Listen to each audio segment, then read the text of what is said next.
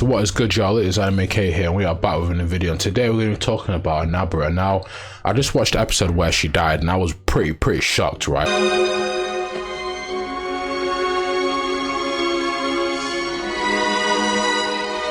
I've got so much to get into. I mean, obviously, before I start, though, I've got to say that she may not be dead, obviously, because the guy who was with Todo, he has an ability where he can heal your current wounds and you won't bleed from them current wounds as long as you don't sustain any more damage, right? I'm holding out hope that she won't die, but if she does die, then this will basically be a video like that, because I have a feeling if you look at JJK, and if you look at the current theme of just the manga, because I've seen a couple manga stuff, right? Because obviously you can't hide from the manga leaks, right? Or the manga stuff, especially if you're an anime only watcher. And I've seen a couple stuff, and a lot of the times, a lot of your favorite characters, they just will die in JJK. But I think if she is dead, it's definitely a waste of probably one of the best female MCs that we've seen. I know she's not the main character, but she's a part of that kind of main trio with her, Yuji, and Megami. Now, the first thing that made me fall in love with Nabara, right, was her character was, like I just mentioned before, was different from any female MC. And the bar is so low with this. It's basically because she just didn't have a love triangle with the two other main characters. Now, when she first came into the show, it was already kind of set that she wasn't going to have that type of relationship with any of them. She didn't like any of them. She didn't think any of them were cute particularly.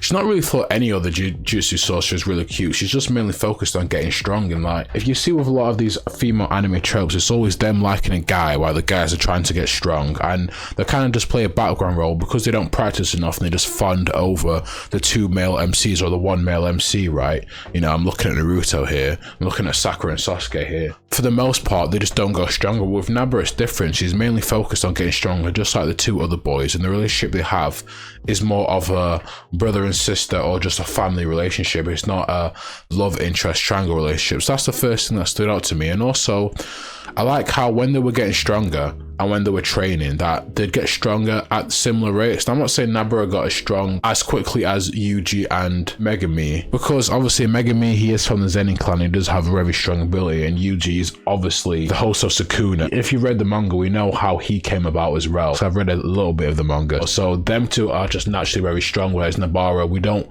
know too much about her. I don't think she really hails from any clans or has any special abilities from being born, but she still manages to still grow at a great rate next to the two guys. And I think also that's what I like about her character and what really appealed to me about her and basically made her my favorite female MC probably in anime, right? But I want to move on to the fight that really made me fall in love with her, and that was her and Yuji against the Demon Brothers. Now, already this fight by itself was just a great fight. It was back and forths. It was Yuji and Nabara trying to prove how strong they were, and because this was their kind of first fight against some really strong cursors, and these cursors were special grade cursors, I think grade 1 cursors, so they were way above Yuji and Nabara's fight rate, right? But they still managed to hold their own against these two cursors. And one particular moment that really stands out to me is when one of the cursors is trying to run away and he jumps on this truck. And what she does is she uses her curse doll technique to basically form a bond with her and the curse. And basically anything she does to herself happens to the curse. So she starts stabbing the nails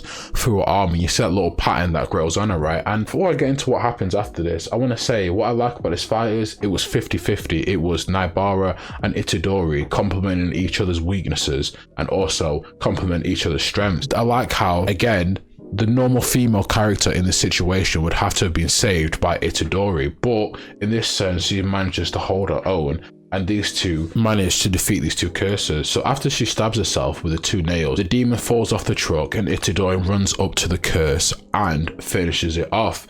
And again, like I just said, with this fight, it is 50-50. So again, that's two cases where she doesn't have the normal female trope. So now let's move on to the Shibuya arc, which basically, I want to say, it's probably been one of the best seasons I've seen out of anime. I mean, I want to make a whole video on JJK season 2, so I won't get too much into it now, but season 2 has definitely made JJK from like an aura anime to me to like, yeah, it's him. Like, it's that anime, it is that good. But the reason I want to touch on the Shibuya arc is obviously it's where she dies, right? Or quotation dies, right? But before her death, she really doesn't play much of a big part in this arc because she's stopped by, and for some reason I can't remember his name, but you guys know who I'm talking about here. His name will be on the screen. I'm so sorry. I just can't be asked to look up his name right now. Names fly in and out of my head, right?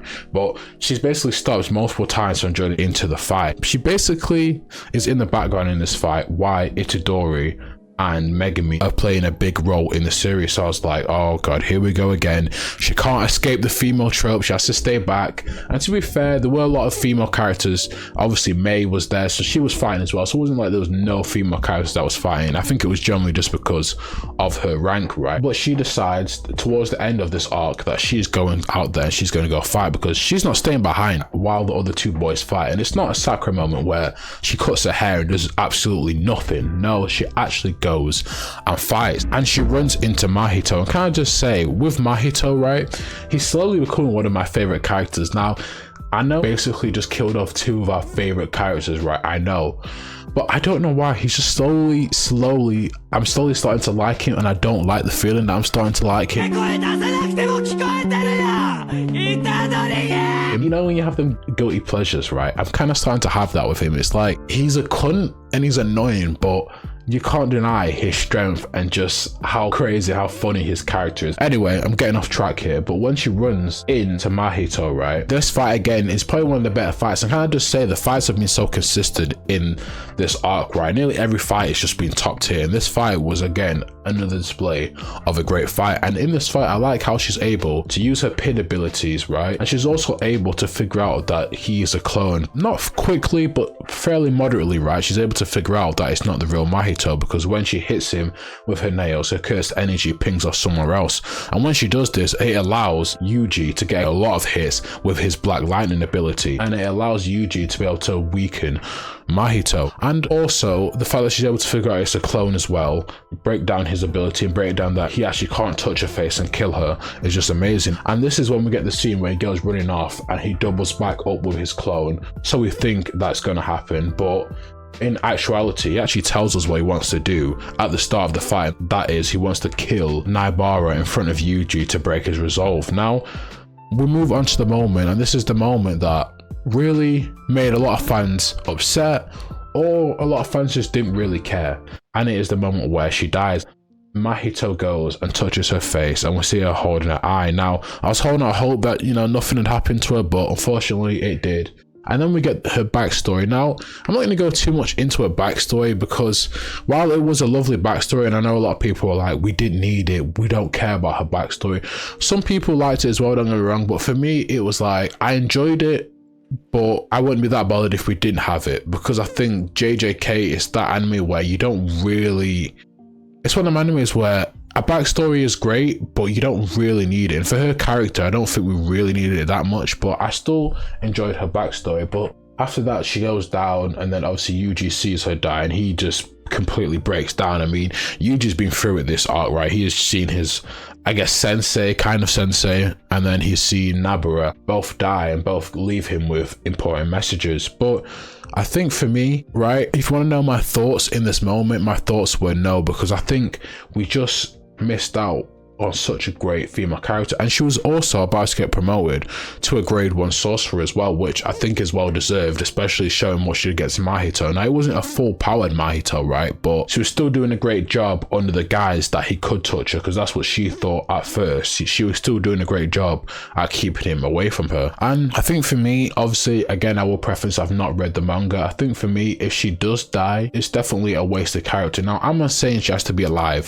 for the rest of the show, no, because so many characters die off, especially in the Shibuya arc. A lot of characters die, right? So don't get me wrong, I don't mind characters dying, and I've come to expect it with JJK, but I think if you do kill her off, I think you're missing out on such a great female character, and probably the best female character. So yeah, as you can see, this death really annoyed me. Now, I know a lot of people didn't really care. I've seen a lot of people being like, oh, she wasn't really one of my favorite characters anyway.